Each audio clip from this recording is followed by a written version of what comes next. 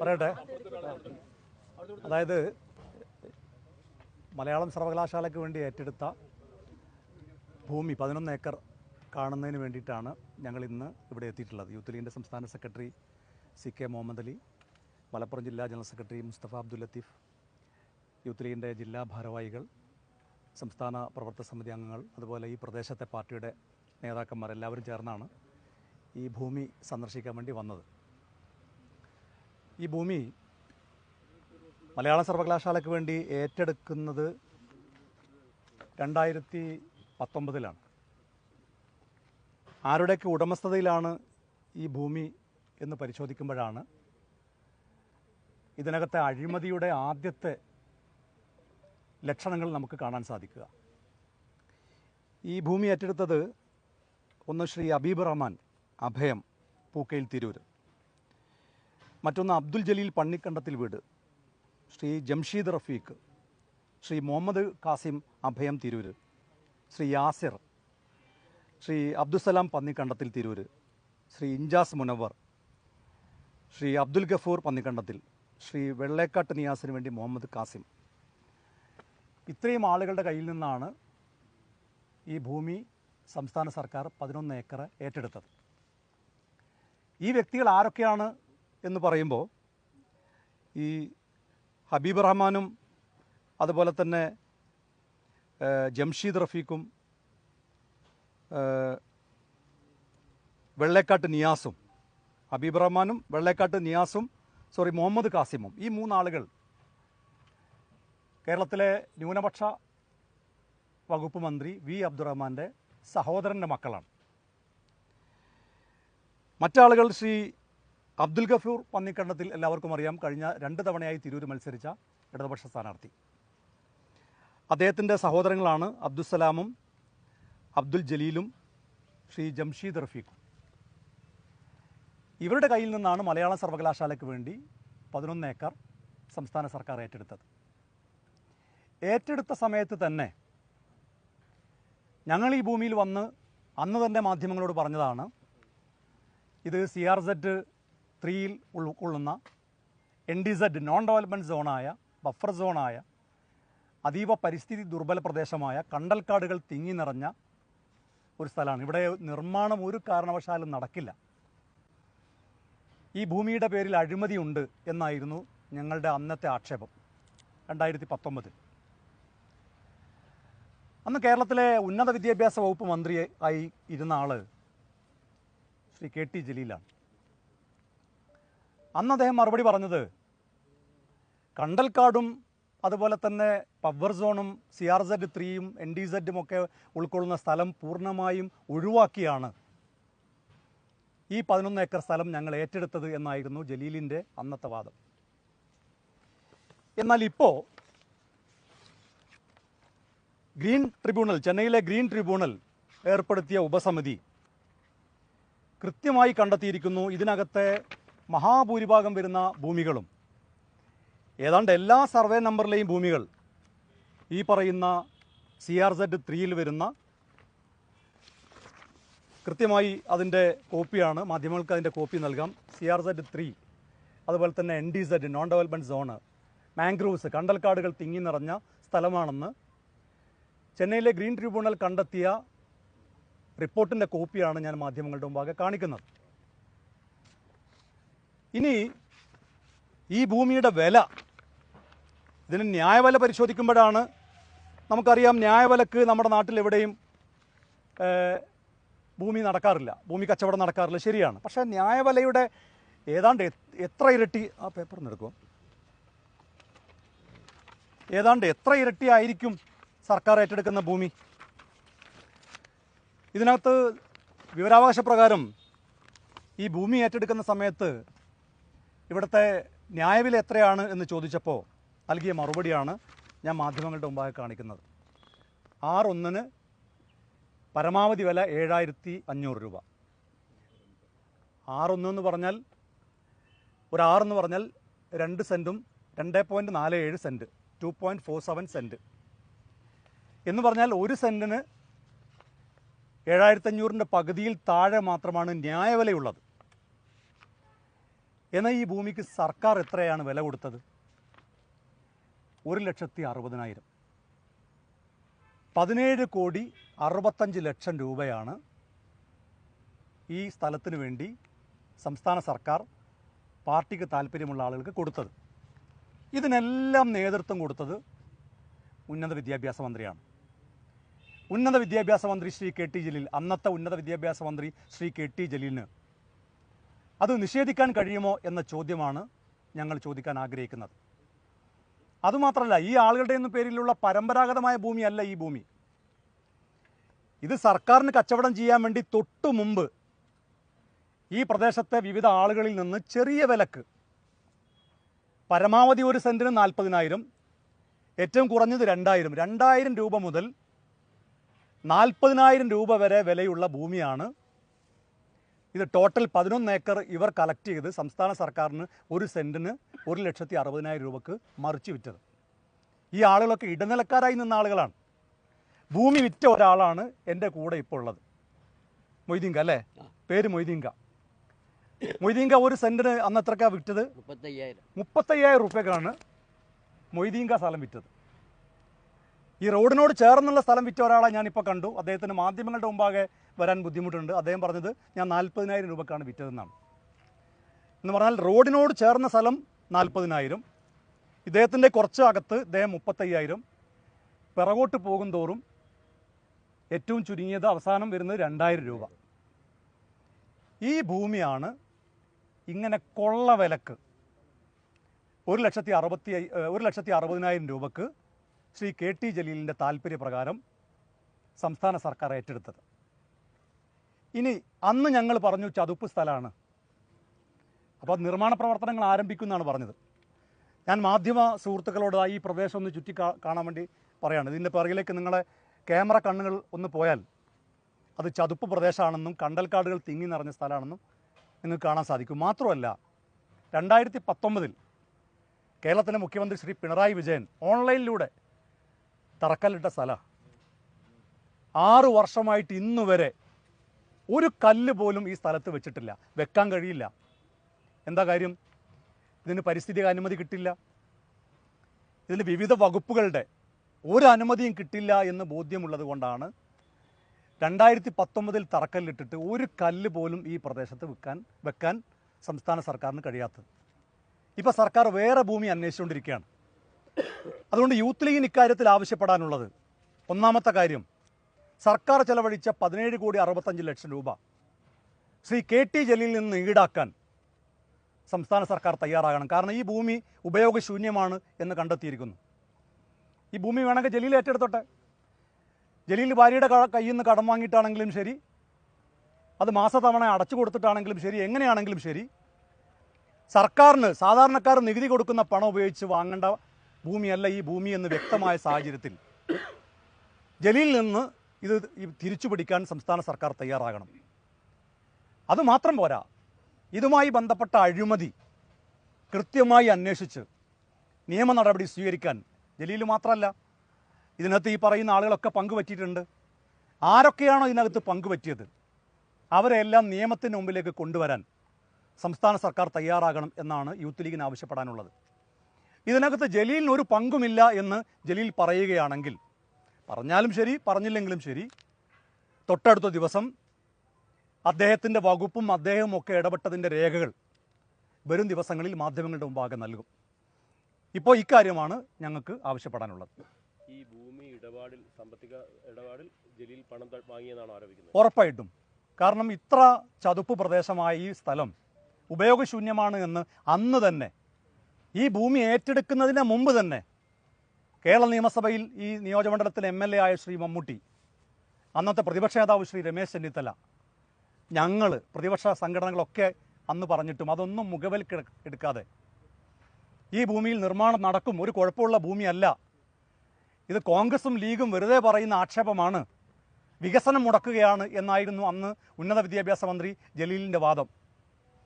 അങ്ങനെയാണെങ്കിൽ ഇവിടെ നിർമ്മാണം നടക്കണ്ടേ, ഒരു കല്ലെങ്കിലും വെക്കണ്ടേ? അപ്പോൾ എന്തിനാണ് ഈ 35,000 രൂപയ്ക്കാണ് ഇദ്ദേഹത്തിൻ്റെ, ഞങ്ങൾ ആളെ നേരെ മാധ്യമങ്ങളുടെ മുമ്പാകെ പ്രൊഡ്യൂസ് ചെയ്യുകയാണ്. ഇദ്ദേഹത്തിൻ്റെ കയ്യിൽ നിന്ന് 2 ഏക്കർ 85 സെൻറ്റ് സ്ഥലമല്ല വാങ്ങിയത്. 2 ഏക്കർ 85 സെൻറ്റ് സ്ഥലം ഇദ്ദേഹത്തിൻ്റെ കയ്യിൽ നിന്നാണ് വാങ്ങിയത്. അദ്ദേഹം വിറ്റത് 35,000 റുപ്യക്ക്. ഏത് വർഷമാണ്? ഒരു 8 വർഷമായി. 8-10 വർഷം മുമ്പ് എന്ന് പറഞ്ഞാൽ ഇത് ഭൂമി ഈ കച്ചവടം നടക്കുന്നത് ഈ 2019 പണം കൊടുത്തത് 2016 ഇതിൻ്റെ ഈ സർക്കാർ വന്ന് ഏതാനും മാസങ്ങൾക്കുള്ളിലാണ് ഇത് ഏറ്റെടുക്കാനുള്ള നടപടിക്രമങ്ങൾ ആരംഭിച്ചത്. എന്ന് പറഞ്ഞാൽ അതിൻ്റെ തൊട്ട് മുമ്പ് 2016 തൊട്ട് മുമ്പ് 2016 തുടക്കത്തിലോ മറ്റോ ആണ് ഇദ്ദേഹത്തിൻ്റെ കയ്യിൽ നിന്ന് 35,000 റുപ്യക്ക് വാങ്ങിയത്. 2016 അദ്ദേഹം അവരെ അന്ന് രജിസ്റ്റർ ചെയ്തിട്ടില്ല. അദ്ദേഹം ആർക്കാണ് കൊടുത്തത്? ലില്ലീസിന്, ഇടതുപക്ഷ സ്ഥാനാർത്ഥി ലില്ലീസ് നേരെ സർക്കാരിന് കൊടുക്കുന്നു. ഈ രജിസ്റ്റർ രജിസ്റ്റർ ചെയ്യുന്നതൊക്കെ സർക്കാരുമായിട്ട് നെഗോഷിയേഷൻ നടക്കുന്ന ആ സമയത്താണ്. ലാൻഡ് ഗഫൂർ പി ലില്ലീസിന് രജിസ്റ്റർ ചെയ്ത് കൊടുത്തോ? രജിസ്റ്റർ ചെയ്ത് കൊടുത്തു. കാരണം അവരാണല്ലോ സർക്കാർ രജിസ്റ്റർ ചെയ്യുന്നത്. കാരണം അവർക്ക് പണം, വൈറ്റ് പണവും കിട്ടണം. അവരെ സംബന്ധിച്ചിടത്തോളം അധിക വില കിട്ടിയെന്ന് മാത്രമല്ല, 17,65 ലക്ഷം രൂപ അവരുടെ അക്കൗണ്ടിലേക്ക് വരികയാണ്, സർക്കാർ കൊടുക്കുകയാണ്. അപ്പോൾ അവർക്ക് വൈറ്റ് മണിയായി കിട്ടി. ആ സൗകര്യം ചെയ്തു കൊടുത്തു. 35,000 ഇദ്ദേഹത്തിൻ്റെ കയ്യിൽ നിന്ന് വാങ്ങിയത്. അതായത് ഈ ഭൂമി ഇടപാടിൽ കള്ളപ്പണ ഇടപാട് നടന്നു എന്നാണ്. ഉറപ്പായിട്ടും. എന്താ സംശയം? കള്ളപ്പണ ഇടപാട് നടന്നല്ല, അവരുടെ പണം വെളുപ്പിക്കാനുള്ള സാഹചര്യവും സംസ്ഥാന സർക്കാർ ചെയ്തു കൊടുത്തു. എന്താ സംശയം? അല്ലെങ്കിൽ അദ്ദേഹം പറയട്ടെ, അദ്ദേഹം എന്തിന് ഈ ചതുപ്പ് പ്രദേശം വാങ്ങി? ഇദ്ദേഹത്തെ പോലെയുള്ള സാധാരണക്കാരൻ്റെ കയ്യിൽ നിന്ന് 35,000 റുപ്യക്കും 2,000 രൂപക്കും ഒക്കെ വാങ്ങിയ ഭൂമി എന്തിനാണ് സംസ്ഥാന സർക്കാർ 1,60,000 വാങ്ങിയത്? മാത്രവുമല്ല, യു ഡി എഫ് ഏറ്റെടുത്തിട്ടില്ല. ഇല്ലില്ല. അന്ന് ഉദ്യോഗസ്ഥന്മാർ പല സ്ഥലങ്ങളും കണ്ടിരുന്നു. അന്ന് ബെഞ്ച് ഒരു സ്ഥലം, ബെഞ്ച് സ്കൂള്, അവർ സംസ്ഥാന സർക്കാരിനോട് രേഖാമൂലം പറഞ്ഞു. ആദവനാട് വേറെ സ്ഥലം കണ്ടിരുന്നു. ബെഞ്ച് സ്ഥലം അന്ന് അവരാവശ്യപ്പെട്ട തുക തന്നെ 1,20,000 അപ്പോൾ അന്ന് അവർ പറഞ്ഞു അതത്ര നല്ല സ്ഥലമല്ല. 52 സ്കൂൾ ബസ്സുകൾ ഡെയിലി പോകുന്ന സ്ഥലം. അവർ പറഞ്ഞു റോഡിന് അത്ര വീതിയില്ലാന്ന്. 52 സ്കൂൾ ബസ്സുകൾ ഡെയിലി പോകുന്ന ബെഞ്ച് സ്ഥാപനം. അവർ ചോദിച്ചത് 1,20,000. നെഗോഷിയേറ്റ് ചെയ്താൽ പിന്നെയും കുറയും. ആദവനാട് വേറെ ഭൂമി, നിർമ്മാണ യോഗ്യമായ ഭൂമി, കുറഞ്ഞ വിലക്ക് സർക്കാരിന് കൊടുക്കാമെന്ന് പറഞ്ഞത്, അതൊന്നും ഏറ്റെടുക്കാതെ UDF കാലത്ത് ഉദ്യോഗസ്ഥന്മാർ ഈ സ്ഥലങ്ങളെല്ലാം പ്രപ്പോസലായി പറഞ്ഞിരുന്നു. UDF ഒരു സ്ഥലവും ഏറ്റെടുത്തിട്ടില്ല. പിന്നീട് മാറി വന്ന സർക്കാർ ദ്രുതഗതിയിൽ ഇവരുമായി ചർച്ച നടത്തി. അതും ഇതിൻ്റെ എല്ലാ നിയമങ്ങളും ലംഘിച്ചുകൊണ്ട്, അതായത് ലാൻഡ് അക്വിസിഷൻ ആക്ടിലെ വകുപ്പുകളെല്ലാം ലംഘിച്ചുകൊണ്ട് ഇവരുമായി ഒരു നെഗോഷിയേഷൻ നടത്തി. അവർ 1,70,000 ചോദിച്ചു, സർക്കാർ 1,60,000 കൊടുത്തു. ചോദിച്ചു തന്നെ ഇതൊക്കെ നേരത്തെ ധാരണയാക്കിയതാണ് 1,60,000. അപ്പോൾ 1,70,000 വെറുതെ 1,70,000 ചോദിച്ചു, 10,000 കുറച്ചു. പഞ്ചായത്ത് പ്രമേയം പാസാക്കി. അതുപോലെ തന്നെ നാട്ടുകാർ എതിർപ്പ് പറഞ്ഞു. ഇത് വിവാദമായതിന് പിന്നാലെ ഇതിന്റെ ഇടപാടുകൾ തൽക്കാലത്തിൽ നിർത്തിവെക്കുകയും പിന്നീട് ഒരു കമ്മിറ്റിയെ വെക്കുകയും ചെയ്തിരുന്നു. യൂണിവേഴ്സിറ്റി വൈസ് ചാൻസലർ കളക്ടർ ഉൾപ്പെടുന്ന ഒരു കമ്മിറ്റി വെക്കുകയും അതിനിടയിൽ ഹരിത ട്രിബ്യൂണലിന്റെ പോവുകയൊക്കെ ചെയ്തു. അതിനുശേഷമാണ് ഇത് 17 സംതിങ് ഏക്കർ ഭൂമി ഈ കണ്ടൽക്കാട് ഒഴിവാക്കിക്കൊണ്ടുള്ള 11 ഏക്കർ ഏറ്റെടുക്കുന്നതും പിന്നെ ആ തീരുമാനിച്ച 1,60,000 നിന്നും 10,000 രൂപ കുറച്ച് 70,000 10,000 കുറച്ച്. അതെ, അങ്ങനെയാണല്ലോ അവരുടെ വാദം. അവരുടെ വാദം. അതായത് ഈ ഭൂമി ഏറ്റെടുക്കാൻ വേണ്ടി ഒരു തട്ടിക്കൂട്ട് സമിതിയെ ഉണ്ടാക്കുന്നു. ആ തട്ടിക്കൂട്ട് സമിതി ഇവർക്ക് താല്പര്യമുള്ള ചില ആളുകൾ, അന്ന് മലയാള സർവകലാശാലയിലെ നിയമനവും അതിൻ്റെ സ്ഥലമാറ്റവും ഒക്കെ പരിശോധിച്ചാൽ അറിയാൻ സാധിക്കും. ഈ ഭൂമി ഏറ്റെടുക്കലിന് ആരൊക്കെയാണോ എതിര് നിൽക്കുന്നത് അവരെല്ലാം മാറ്റി സർക്കാരിന് താല്പര്യമുള്ള, ഉന്നത വിദ്യാഭ്യാസ മന്ത്രിക്ക് താല്പര്യമുള്ള ആളുകളെ അപ്പോയിൻ്റ് ചെയ്തു. എന്നിട്ട് അവർക്ക് താല്പര്യമുള്ള ഒരു സമിതിയെ വെച്ചു. ആ സമിതി ഈ ഭൂമി ഏറ്റെടുക്കുന്നതിൽ കുഴപ്പമില്ല എന്നൊരു റിപ്പോർട്ടുണ്ടാക്കി. എന്നാൽ ഗ്രീൻ ട്രിബ്യൂണൽ വെച്ച ആധികാരികമായ സമിതിയാണ് പറഞ്ഞത് ഈ ഭൂമി CRZ 3 പെട്ടതാണ്, NDZ പെട്ടതാണ്, മാംഗ്രൂവ്സ് ഉണ്ട്, കണ്ടൽക്കാടുള്ളതാണ്, ഇവിടെ നിർമ്മാണം നടക്കില്ല എന്ന് ആ സമിതി പറഞ്ഞ ഭൂമിയാണ്. ഇപ്പോഴും നിലനിൽക്കുന്നതാണല്ലോ ഇവിടെ കൺസ്ട്രക്ഷൻ നടക്കാത്തത്. അതുകൊണ്ടാണല്ലോ TMGയുടെ തുഞ്ചൻ കോളേജിന്റെ സ്ഥലം ഏറ്റെടുക്കണം എന്ന ആവശ്യവുമായി ഇപ്പോൾ സർക്കാർ രംഗത്ത് വന്നത്. അപ്പോൾ ഈ ഭൂമി എന്ത് ചെയ്യും? ഞങ്ങൾ ചോദിക്കുന്നത് ഈ 11 ഏക്കർ 1,60,000 രൂപക്ക് വാങ്ങി ഈ ഭൂമി എന്തു ചെയ്യും? ഇതിൻ്റെ പണം എങ്ങനെ സർക്കാർ നഷ്ടമായി? ആ പണം ആര് കൊടുക്കണം? അതിന് നേതൃത്വം കൊടുത്ത ഉന്നത വിദ്യാഭ്യാസ മന്ത്രിയിൽ നിന്ന് അത് ഈടാക്കണം. മാത്രമല്ല ഇതിൽ കൂട്ടാളികളായ എല്ലാവർക്കുമെതിരെ കേസെടുത്ത് നിയമ നടപടിക്ക് സർക്കാർ തയ്യാറാകണമെന്നാണ് ഞങ്ങൾക്ക് ആവശ്യപ്പെടാനുള്ളത്. വെറുതെ പറയുന്നതല്ല, ഇത് വിറ്റ ആളെ അടക്കം സാക്ഷിമൊഴിയായി മാധ്യമങ്ങളുടെ മുമ്പാകെ കൊണ്ടുവന്നിട്ടാണ് ഞങ്ങളിത് പറയുന്നത്. ഞങ്ങളെ ഏതൊക്കെ നിലക്ക് സമീപിക്കാൻ പറ്റുമോ അതൊക്കെ സമീപിക്കും. പക്ഷേ ആരാ വിജിലൻസിന്റെ ഭരണം ആർക്കാണ്? ഇതിൽ UDF കാര്യമായ വീഴ്ച സംഭവിച്ചിട്ടില്ല. അതായത് ഇങ്ങനെയുള്ള ഒരു ഭൂമി കച്ചവടം സ്വാഭാവികമായിട്ട് അന്ന് വലിയ തോതിൽ വാർത്തയായതാണ്. മാധ്യമങ്ങൾ ഇത് വാർത്ത പുറത്തു കൊണ്ടുവന്നതാണ്. അതിൽ ഈ പറയുന്ന സ്വകാര്യ റിയൽ എസ്റ്റേറ്റുകാർ കുറഞ്ഞ വിലയ്ക്ക് ഭൂമി വാങ്ങിയിരുന്നുവെന്നും ആ ഭൂമിയാണ് വിറ്റത് നമുക്കൊന്നും അറിയാമായിരുന്നു. പക്ഷേ വേണ്ടത്ര രീതിയിൽ ഒരു കേരള നിയമസഭയിൽ സബ്മിഷൻ ഉന്നയിച്ചു. ആ സബ്മിഷന് പിന്നെ അടിയന്തര പ്രമേയം കൊണ്ടുവന്നു. അടിയന്തര പ്രമേയത്തിന് അനുമതി അന്ന് സംസ്ഥാന സർക്കാർ നൽകിയില്ല. പിന്നീട് വിജിലൻസിന് പരാതി കൊടുത്തു. വിജിലൻസ് അന്വേഷണം നടത്തിയില്ല. ഇപ്പോൾ ചില പ്രവർത്തകർ കോടതിയൊക്കെ സമീപിച്ചിട്ടുണ്ട്. പക്ഷേ അതും ഞങ്ങൾ സമരം നടത്തി. ഞങ്ങൾ നിരന്തര സമരം നടത്തി. ഇവിടുത്തെ യൂത്ത് ലീഗ് നിരന്തര സമരം നടത്തി. ഞങ്ങളൊക്കെ അതിന് നേതൃത്വം കൊടുത്തു. അറസ്റ്റ് വരിച്ചു. എന്തെല്ലാം സംഭവങ്ങൾ. മാത്രമല്ല ഇതെല്ലാം കോവിഡിൻ്റെ മറവിലാണ് ഈ തട്ടിപ്പൊക്കെ നടന്നത്. 2019 അന്ന് ഒരു സമരരംഗത്തേക്ക് ഇറങ്ങുമ്പോൾ നിങ്ങൾക്കറിയാം കോവിഡ് എന്ന് പറഞ്ഞിട്ടാണ് ഞങ്ങളൊക്കെ ഭീഷണിപ്പെടുത്തിയത്. ആ കോവിഡിൻ്റെ മറവിൽ നടത്തിയ ഒരു കൊള്ളയാണ്, പകൽ കൊള്ളയാണ് ഈ ഭൂമി കച്ചവടം. അന്ന് ഓൺലൈനിലാണ് തറക്കല്ലിട്ടത്. അപ്പോൾ ഇത് കൃത്യമായ തെളിവുകൾ സഹിതമാണ് ഞങ്ങൾ സംസാരിക്കുന്നത്. ഇത് സർക്കാർ ഖജനാവിന് നഷ്ടം സംഭവിച്ചതാണ്. ഇത് ജനങ്ങൾക്ക് കൊടുക്കുന്ന നികുതി പണം കൊള്ളയടിച്ചതാണ്. അതിന് നേതൃത്വം കൊടുത്തത് ഉന്നത വിദ്യാഭ്യാസ മന്ത്രിയാണ്. അതിന് CPMകാരായ അല്ലെങ്കിൽ ഇടതുപക്ഷ സഹയാത്രികരോ സ്വതന്ത്രന്മാരോ ആയ ആളുകളുടെ കയ്യിൽ നിന്ന്, ഇടനിലക്കാരായി നിന്ന് അവരുടെ കയ്യിൽ നിന്ന് ഭൂമി ഉയർന്ന വിലക്ക് വാങ്ങിയതാണ്. നിങ്ങൾ ഓർക്കേണ്ട വേറൊരു കാര്യം കൂടിയുണ്ട്. വയനാട്ടിലെ ഒരു ഭൂമി പാവങ്ങൾക്ക് വീട് വെച്ച് കൊടുക്കാൻ വേണ്ടി ലീഗ് എടുത്തപ്പോൾ അത് 99,000-നും 1,06,000-നും ഒക്കെ ഭൂമി വാങ്ങിയപ്പോൾ അത് തോട്ടഭൂമിയാണ്, അവിടെ വീടുണ്ടാക്കാൻ കഴിയില്ല എന്ന ആക്ഷേപം ഉന്നയിച്ച ആളാണ് ഈ ഉന്നത വിദ്യാഭ്യാസ മന്ത്രി. അതുകൂടി ആലോചിക്കണം നിങ്ങൾ. സ്വന്തം കളവ് കണ്ടുപിടിക്കുമ്പോൾ മറ്റുള്ളവരുടെ പേരിൽ കളവ് ആരോപിക്കുന്ന ഒരു മുൻ മന്ത്രി എന്ന് പറഞ്ഞാൽ രാജിവെച്ച് നാണം കെട്ട് ഒഴിഞ്ഞു പോയ ഒരു മാന്യനാണല്ലോ ഈ ഉന്നത വിദ്യാഭ്യാസ മന്ത്രി. വയനാട്ടിലെ ഭൂമിയിൽ ഇപ്പോൾ നിർമ്മാണം ആരംഭിച്ചു. അപ്പോൾ അത് തെറ്റാണെന്ന് തെളിഞ്ഞു അദ്ദേഹത്തിൻ്റെ ആരോപണം. എന്നാൽ ഈ ഭൂമിയിൽ ഇന്ന് വരെ നിർമ്മാണം ആരംഭിക്കാൻ കഴിഞ്ഞിട്ടില്ല. ഈ ഭൂമിയിലേക്ക് കടന്നു വരുന്ന വഴിയിൽ കുറച്ച് മെറ്റലിട്ടത് നിങ്ങളാരും തെറ്റിദ്ധരിക്കേണ്ട. അത് ഇവിടെ നിർമ്മാണത്തിനല്ല, അത് റോഡ് പണിക്ക് വേണ്ടി ആ സ്വകാര്യ സ്ഥലത്ത് ആരോ കൊണ്ടുപോയി ഇറക്കിയതാണ്.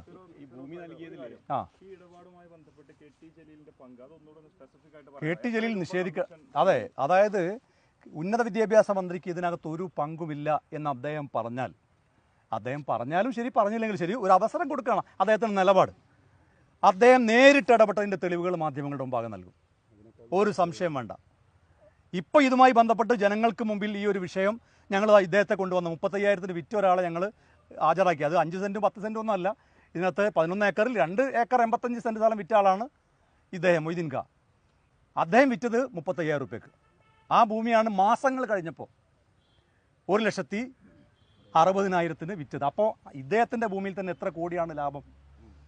ഇനി ബാക്കിലോട്ടൊക്കെ പോകുമ്പോൾ 2,000-നൊക്കെ വിറ്റ ആളുകളില്ലേ? പല ആളുകളും മാധ്യമങ്ങളുടെ മുമ്പിൽ തുറന്നു പറയാൻ ധൈര്യമില്ലാത്തതുകൊണ്ടാണ്. കാരണം ഈ കവർച്ചാ സംഘം, ആ കവർച്ചാ സംഘത്തിനെ ഭയമായതുകൊണ്ടാണ് പല ആളുകൾ. ഇപ്പോൾ ഒരു കവർച്ചാ സംഘത്തിൻ്റെ ഒരു പേരുണ്ടായിരുന്നല്ലോ ഇപ്പോൾ അടുത്ത കാലത്ത്, കുറുവാ സംഘം.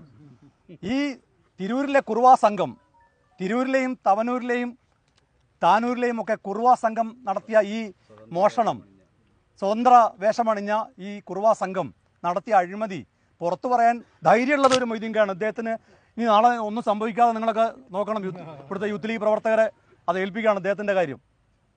അപ്പോൾ ബാക്കിയുള്ള ആളുകൾക്ക് എന്തെങ്കിലും സംഭവിക്കുമോ എന്നുള്ള ഭയമുള്ളത് കൊണ്ടാണ് അവരത് തുറന്നു പറയാൻ തയ്യാറാകാത്തത്. മന്ത്രി അബ്ദുറഹ്മാന്റെ സഹോദരങ്ങളുടെ മക്കളും ഭൂമി നൽകിയിട്ടുണ്ട്. അല്ല, അത് അന്വേഷിക്കട്ടെ. ഇപ്പം നമ്മൾ നേരിട്ട് പങ്കില്ലാത്ത ഒരാളെ കുറിച്ച് നമ്മൾ പറയുന്നില്ല. പക്ഷെ അദ്ദേഹത്തിന്റെ സഹോദരങ്ങളാണ്. ജലീലിനെതിരായ തെളിവ് പുറത്തുവിടുന്നു പറയുന്നത്, അതായത് ഇതിൽ നടത്തിയ സാമ്പത്തിക ഇടപാടിൽ അദ്ദേഹം പണം വാങ്ങിയതുമായി ബന്ധപ്പെട്ട തെളിവാണോ അതല്ലെങ്കിൽ അത് നിങ്ങൾക്ക് അത് തെളിവ് വരുമ്പോൾ നിങ്ങൾ വിലയിരുത്തി. അഴിമതി എത്ര കോടിയുടെ ആയിരിക്കും നിങ്ങൾ ആലോചിച്ച് നിങ്ങൾ കണക്കൂട്ടിയാൽ മതി. ഏറ്റവും ചുരുങ്ങിയത് 10 കോടി, 15 കോടി അല്ലേ? ഏറ്റവും ചുരുങ്ങിയത് 10. അത് ഞാനൊരു ഏകദേശ കണക്ക് പറഞ്ഞ 15 കോടി. അത് ഞാനല്ലല്ലോ പറയേണ്ടത്. അത് ജലീലിനെ ചോദ്യം ചെയ്തിട്ട് ജലീലാണത് പറയേണ്ടത്. ചോദ്യം ചെയ്യേണ്ട രീതിയിൽ ചോദ്യം ചെയ്താൽ അദ്ദേഹം ഇനി പരമാവധി ഇതൂടെ പറഞ്ഞുതരാം, പരമാവധി പിടിച്ചു നിൽക്കാൻ കഴിയുക ഒരു 6 മാസം കൂടിയാണ്. 2026 ഏപ്രിൽ വരെ പിടിച്ചു നിൽക്കാൻ പറ്റും. അത് കഴിഞ്ഞാൽ ഇവിടെ വേറെ ഒരു ജനകീയ ഗവൺമെൻറ് അധികാരത്തിൽ വരും. കണക്ക് പറയിപ്പിക്കും, ഒരു സംശയം വേണ്ട, മറുപടി പറയിപ്പിക്കും. എത്രയാണോ ഈ നാട്ടിലെ നികുതി പണം കൊടുക്കുന്ന സാധാരണക്കാരൻ്റെ പണം ഇവർ അപഹരിച്ചത്, അത് അവരുടെയൊക്കെ കയ്യിൽ നിന്ന് പിടിച്ചു വാങ്ങുന്നു മാത്രമല്ല, തിരിച്ചു പിടിക്കുന്നു മാത്രമല്ല, അവരൊക്കെ ജയിലഴി എണ്ണേണ്ടി വരും. ഒരു സംശയം വേണ്ട. മറ്റൊരു കാര്യം, കെ ടി ജലീൽ പറയുന്നത് അദ്ദേഹം ഉയർത്തിയ ചോദ്യങ്ങൾക്കൊന്നും താങ്കൾക്ക് കൃത്യമായ മറുപടി ഇല്ല എന്നുള്ളതാണ് ഇപ്പോഴും പറഞ്ഞുകൊണ്ടിരിക്കുന്നത്. അദ്ദേഹം പറഞ്ഞുകൊണ്ടേയിരിക്കട്ടെ, അദ്ദേഹം എത്ര വേണമെങ്കിലും പറയട്ടെ, അദ്ദേഹം പരാതിയും കൊടുക്കട്ടെ, ആ പരാതിയിൽ അന്വേഷണം നടക്കട്ടെ. എനിക്ക് അന്വേഷിക്കാൻ പറ്റില്ലല്ലോ, യൂത്ത് ലീഗിൻ്റെ കമ്മിറ്റിക്ക് എന്തായാലും അന്വേഷിക്കാൻ പറ്റില്ല. ഈ നാട് ഭരിക്കുന്ന സർക്കാരാണ് അന്വേഷണം നടത്തേണ്ടത്. അവർക്ക് നല്ലൊരു അവസരമല്ലേ? ബാങ്ക് അക്കൗണ്ട് ഉണ്ടോ? അല്ല, അദ്ദേഹത്തിന് നല്ലൊരു അവസരമല്ലേ? എനിക്ക് എവിടെ ബാങ്ക് അക്കൗണ്ട് നോക്കൾ പരിശോധിക്കട്ടെ. അദ്ദേഹം ഗൗരവമായിട്ട് ഇന്നലെ അല്ല, അദ്ദേഹം പറഞ്ഞ അതെ അതായത് ഞാൻ പറയാം, ഒരു മറുപടിയും ഇല്ല. അതായത് അദ്ദേഹം എനിക്ക് വലിയ ശമ്പളം ഉണ്ടെന്നാണ് പറഞ്ഞിരിക്കുന്നത്. അപ്പോൾ നിങ്ങൾക്ക് വലിയ ശമ്പളം ഉണ്ടെന്ന് ഒരാൾ പറഞ്ഞാൽ, അല്ല ഒരു മിനിറ്റ് ഞാൻ പറഞ്ഞോട്ടെ വലിയൊരു അത് കോൺട്രാക്റ്റ് അല്ലേ? അതൊക്കെ അവിടുത്തെ വിസ പ്രിവിലേജുമായി ബന്ധപ്പെട്ട് വിസ സ്റ്റാറ്റസുമായി ഒക്കെ ബന്ധപ്പെട്ടുണ്ടാക്കുന്ന കോൺട്രാക്റ്റ് അല്ലേ?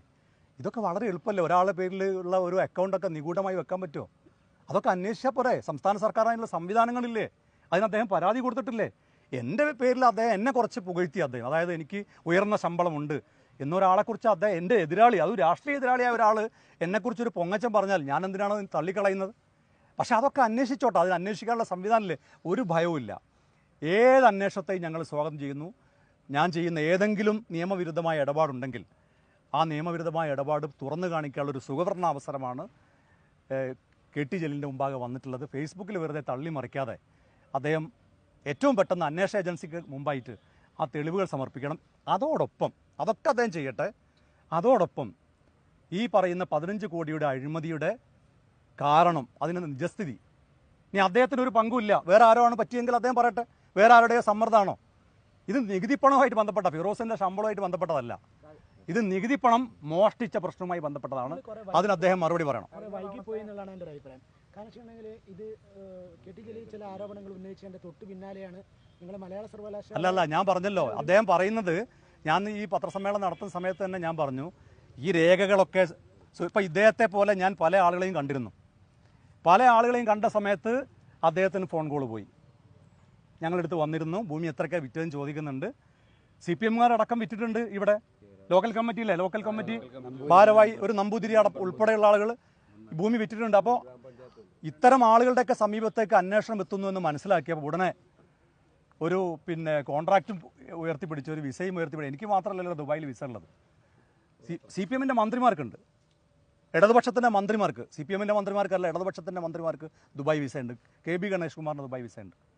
മുകേഷ് MLA-ക്ക് ദുബായ് വിസ ഉണ്ട്. എനിക്കാണോ ആദ്യമായിട്ട് ദുബായ് വിസ ഉള്ളത്? പിന്നെ എൻ്റെ ശമ്പളം ഭയങ്കര ശമ്പളമാണ് എന്ന് അദ്ദേഹം പറഞ്ഞാൽ എനിക്ക് സന്തോഷമുണ്ട്. അതിന് 5.5 ലക്ഷം ഉള്ളത് 15 ലക്ഷം വാങ്ങുന്നെന്ന് പറഞ്ഞാലും എൻ്റെ ഒരു രാഷ്ട്രീയ എതിരാളി പറയുമ്പോൾ ഞാനതിന് നിഷേധിക്കണം. പക്ഷെ അത് യാഥാർത്ഥ്യവുമായി ബന്ധമാണ്. ആര് മറച്ചു വെച്ചു എന്ന് ഞാൻ ചോദിക്കുന്ന, ഞാൻ പറഞ്ഞില്ലേ, ഒരു മറച്ചുവെക്കലും നടത്തിയിട്ടില്ല. അതൊക്കെ അന്വേഷിച്ചോട്ടെ. ഞാൻ മത്സരിക്കുന്ന സമയത്ത് എന്തെങ്കിലും സംഗതികൾ മറച്ചു വെച്ചിട്ടുണ്ടെങ്കിൽ എൻ്റെ പേരിൽ കേസെടുക്കണം. ചെറിയ കാര്യമാണോ? അത് പബ്ലിക് ഡൊമൈനിലുള്ള കാര്യമല്ലേ? ഞാൻ മത്സരിക്കുന്ന സമയത്ത് എന്തെങ്കിലും കാര്യം മറച്ചു വെച്ചിട്ടുണ്ടോ അതൊക്കെ പരിശോധിക്കട്ടെ. പക്ഷേ ഇപ്പോൾ ഈ ചില മാധ്യമങ്ങൾ, ഒരു മിനിറ്റ്, ചില മാധ്യമങ്ങളൊക്കെ, കൈരളിയോട് എനിക്ക് പരാതിയില്ല, നിങ്ങളുടെ പാർട്ടി ചാനലാണ്. പക്ഷേ ചില മാധ്യമങ്ങൾ, ഞാൻ എല്ലാ മാധ്യമങ്ങളെയും പറയുന്നില്ല, ഇപ്പോൾ ഇന്നലെ കപ്പലണ്ടി വിറ്റ് കോടീശ്വരനായ ഒരാളുടെ കഥ പറഞ്ഞപ്പോൾ ഞാൻ ഏഷ്യാനെറ്റ് നോക്കി, ഏഷ്യാനെറ്റിൽ ചർച്ചയുണ്ട് കപ്പലണ്ടി കച്ചവടം. മീഡിയ 1 നോക്കി, മാതൃഭൂമി നോക്കി, 24 ന്യൂസ് നോക്കി.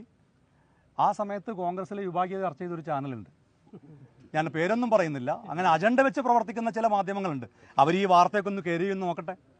ഈ 15 കോടിയുടെ അഴിമതി ആരോപണം അവർ കയറിയോ അല്ല അജണ്ട വെച്ച് പ്രവർത്തിക്കുകയാണോ എന്നുള്ളത് ലെറ്റസ് സി. അതായത് അദ്ദേഹം ഫിറോസിനെ സംശയത്തിന് നിലനിർത്തുന്ന വിധത്തിൽ 15 ചോദ്യങ്ങളാണ് ഇന്നലെ ഫേസ്ബുക്കിൽ ഇട്ടത്. അതിനൊരു സ്പെസിഫിക് ആയിട്ടുള്ള ഒരു ഉത്തരം അദ്ദേഹം നിങ്ങൾ ചോദ്യം ചോദിക്കുക. എൻ്റെ രാഷ്ട്രീയ എതിരാളി എല്ലാ ദിവസവും വന്ന് ചോദ്യം ചോദിക്കുക, ഫിറോസിന് എത്ര ശമ്പളം, ഫിറോസിൻ്റെ അക്കൗണ്ട് എവിടെയാണ്, ഫിറോസിന് എവിടെയൊക്കെ ബിസിനസ്. എന്നിട്ട് ഞാൻ ചില ഉദ്ഘാടനത്തിൽ അല്ലെങ്കിൽ എൻ്റെ സുഹൃത്തുക്കളുടെ സ്ഥാപനങ്ങളിലൊക്കെ പോയപ്പോൾ അതിൻ്റെ വീഡിയോ എടുത്ത് പബ്ലിഷ് ചെയ്യുക. ഇതൊക്കെയാണോ അദ്ദേഹത്തിൻ്റെ ആരോപണം? ഈ ആരോപണത്തിനൊക്കെയാണോ ഞാൻ മറുപടി പറയേണ്ടത്? അതല്ല, സ്വാഭാവികമായിട്ടും അത് ഈ മുസ്ലിം ലീഗിന്റെ ഫണ്ട് സമാഹരണങ്ങൾ പോലും വലിയ സംശയത്തിന്റെ നിഴലിലുണ്ട്. സ്വാഭാവികമായിട്ടും നിങ്ങൾ അതിനൊരു വിശദീകരണം നൽകും. വിശദീകരണമല്ല, നിയമ നടപടി ആണ് വരാൻ പോകുന്നത്. അത്തരം ആരോപണങ്ങൾക്ക് യൂത്ത് ലീഗിൻ്റെ സംസ്ഥാന ജനറൽ സെക്രട്ടറി എന്നുള്ള നിലക്ക് നിയമ നടപടി സ്വീകരിക്കണം എന്നുള്ളത് എൻ്റെ സംസ്ഥാന പ്രസിഡന്റുമായി കൂടിയാലോചിച്ച് തീരുമാനം എടുത്തിട്ടുണ്ട്. അല്ലേ? സംസ്ഥാന ഭാരവാഹി ഉൾപ്പെടെയുള്ള ആളുകളുണ്ട്. അതിനെതിരെ ഞങ്ങൾ അത്തരം ആരോപണങ്ങൾ ഉന്നയിച്ചതിന് നിയമപരമായി നടപടി സ്വീകരിക്കും. KT ജലീലിന്റെ ഒരു സ്ട്രാറ്റജി എന്ന് പറയുന്നത് അദ്ദേഹം ലീഗ് വിട്ടു പോകുമ്പോൾ PK കുഞ്ഞാലിക്കുട്ടിക്കെതിരെ ഫൈറ്റ് ചെയ്യുന്നു. പക്ഷെ അപ്പോൾ അദ്ദേഹം പറയുന്നു ഞാൻ ഫൈറ്റ് ചെയ്യുന്നത് PK കുഞ്ഞാലിക്കുട്ടിക്കെതിരെയാണ്, ലീഗിൽ എല്ലാവർക്കും എതിരെയല്ല. ഇപ്പോൾ അദ്ദേഹം വീണ്ടും ഒരു തെരഞ്ഞെടുപ്പ് അദ്ദേഹം പറയുന്നു ഞാൻ PK ഫിറോസിനെതിരെയാണ് ഫൈറ്റ് ചെയ്യുന്നത്, സാധാരണ താഴെ തട്ടിലുള്ള പാവപ്പെട്ട യൂത്ത് ലീഗിന്റെ പ്രവർത്തനെതിരെയല്ല. ലീഗിൽ ഒരു സ്പ്ലിറ്റ് ഉണ്ടാക്കാൻ KT ജലീൽ ശ്രമിക്കുന്നുണ്ട് ഈ വിഷയത്തിൽ. അദ്ദേഹത്തിന് കഴിയും. അത് KT ജലീലിനേക്കാൾ വലിയ ആളുകൾ വിചാരിച്ചിട്ട് നടന്നിട്ടില്ല. വലിയ ആളുകൾ ഈ പാർട്ടിക്ക് ഒരു പോറൽ ഏൽപ്പിക്കാൻ, ഞാൻ ആളുകളുടെ പേരൊന്നും പറയുന്നില്ല, വലിയ വലിയ ആളുകൾ.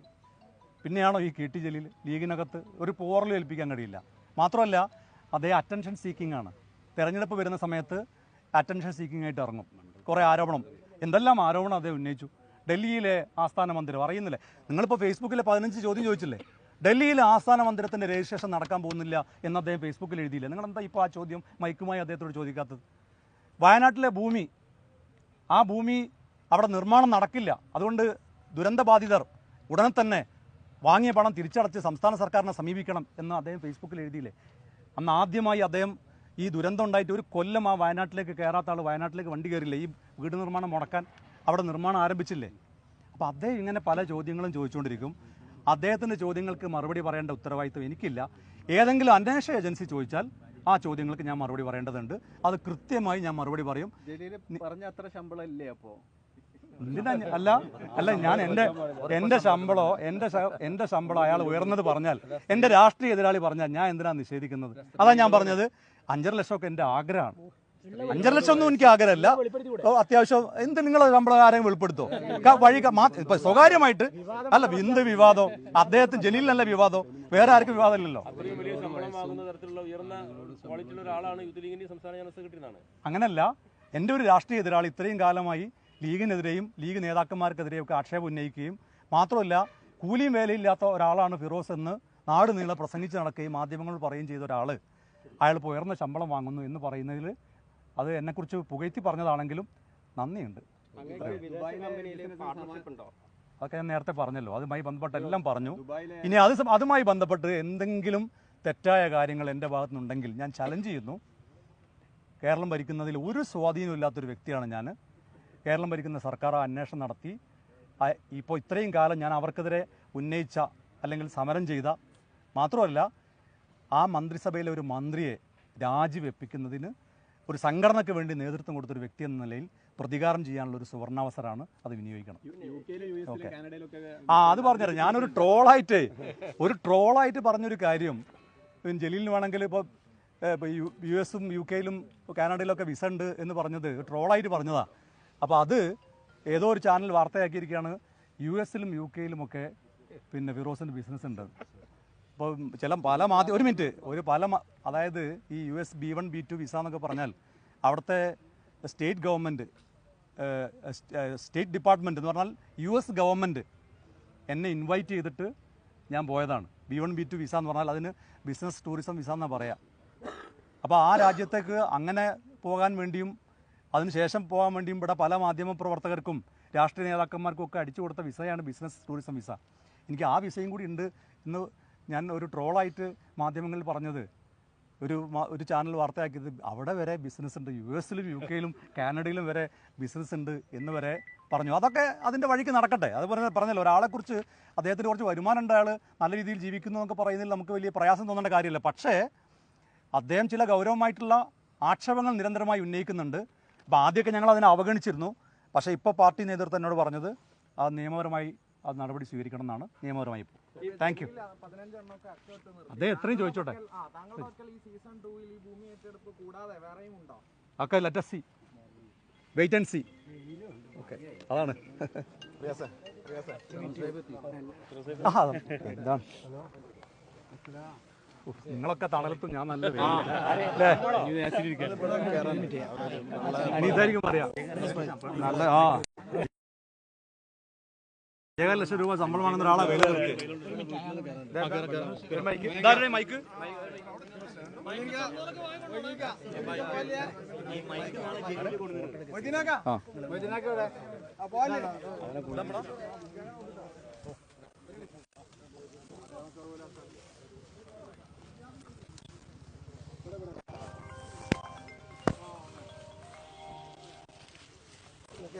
ഞാൻ പറഞ്ഞൊരു സ്റ്റോപ്പ് ചെയ്യാം.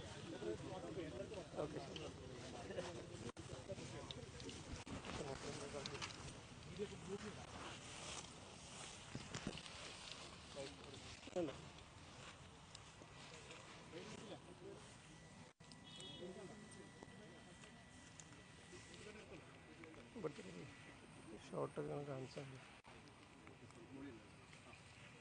പോയിക്കോട്ടെ ഫോളോ ചെയ്യണ്ട.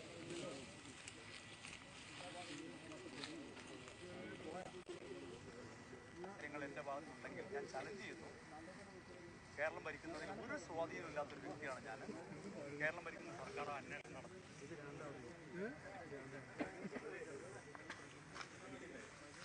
നല്ല വെയിലൊക്കെ ഭയങ്കര